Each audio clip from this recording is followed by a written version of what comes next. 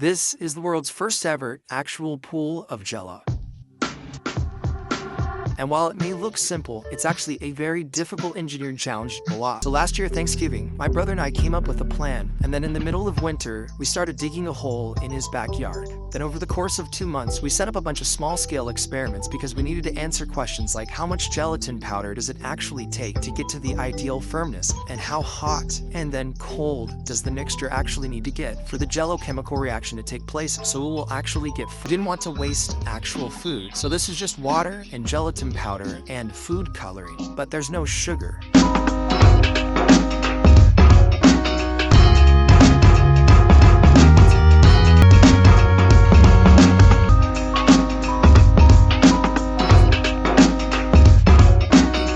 We intentionally placed our barrels much higher than the pool, so when we were ready, we could use the potential energy to move the Jell-O from the barrels to the pool. We're going to tackle about 1,000 other issues that came up that I won't bore you with, but day by day and layer by layer,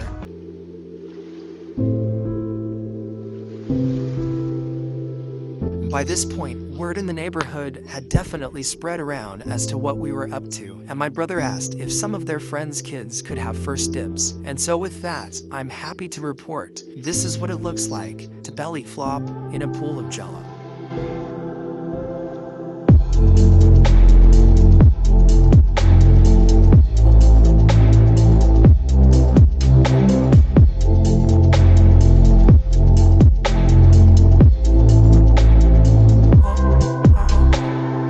Wait, whoa, careful.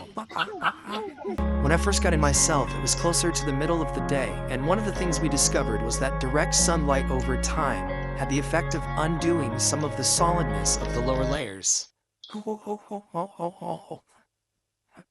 When you go in, it just like fills your nose and like ears. It's a very surreal feeling of just being like, it's kind of hard to move.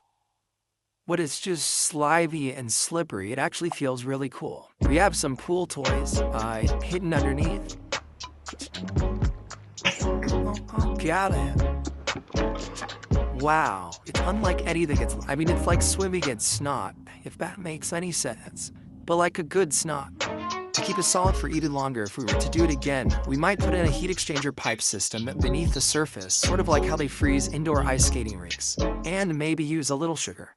That's disgusting. Now at this point you might be thinking, why would anyone spend the effort of 6 months of planning and then a solid week of back-breaking effort just to make a stupid pool of Jell-O? And to that I say, why do people go through the effort of climbing Mount Everest? Why did Neil Armstrong go through the effort of stepping on the moon? And why did Pam and Jim go through the effort of convincing Dwight that Jim had always been Asian? This is Jim. Sometimes you don't do a thing because you should, but simply to prove that you can. Now that my curiosity was fully satiated, and in my ongoing quest to be the favorite uncle, I told my nephews they could invite some of their friends over, and my brother's family set up a neighborhood barbecue. And at this point, after a lot of hours of belly flops and bowling balls and direct sunlight, the Jell-O was pretty broken down, but that didn't stop us from setting up a Jell-O pool slip and slide.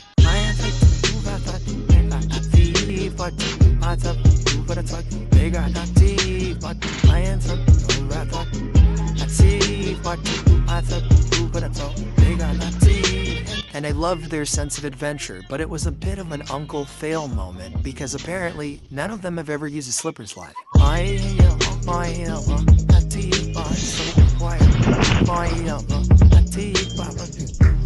Everybody starts to move. As soon as spawn the party,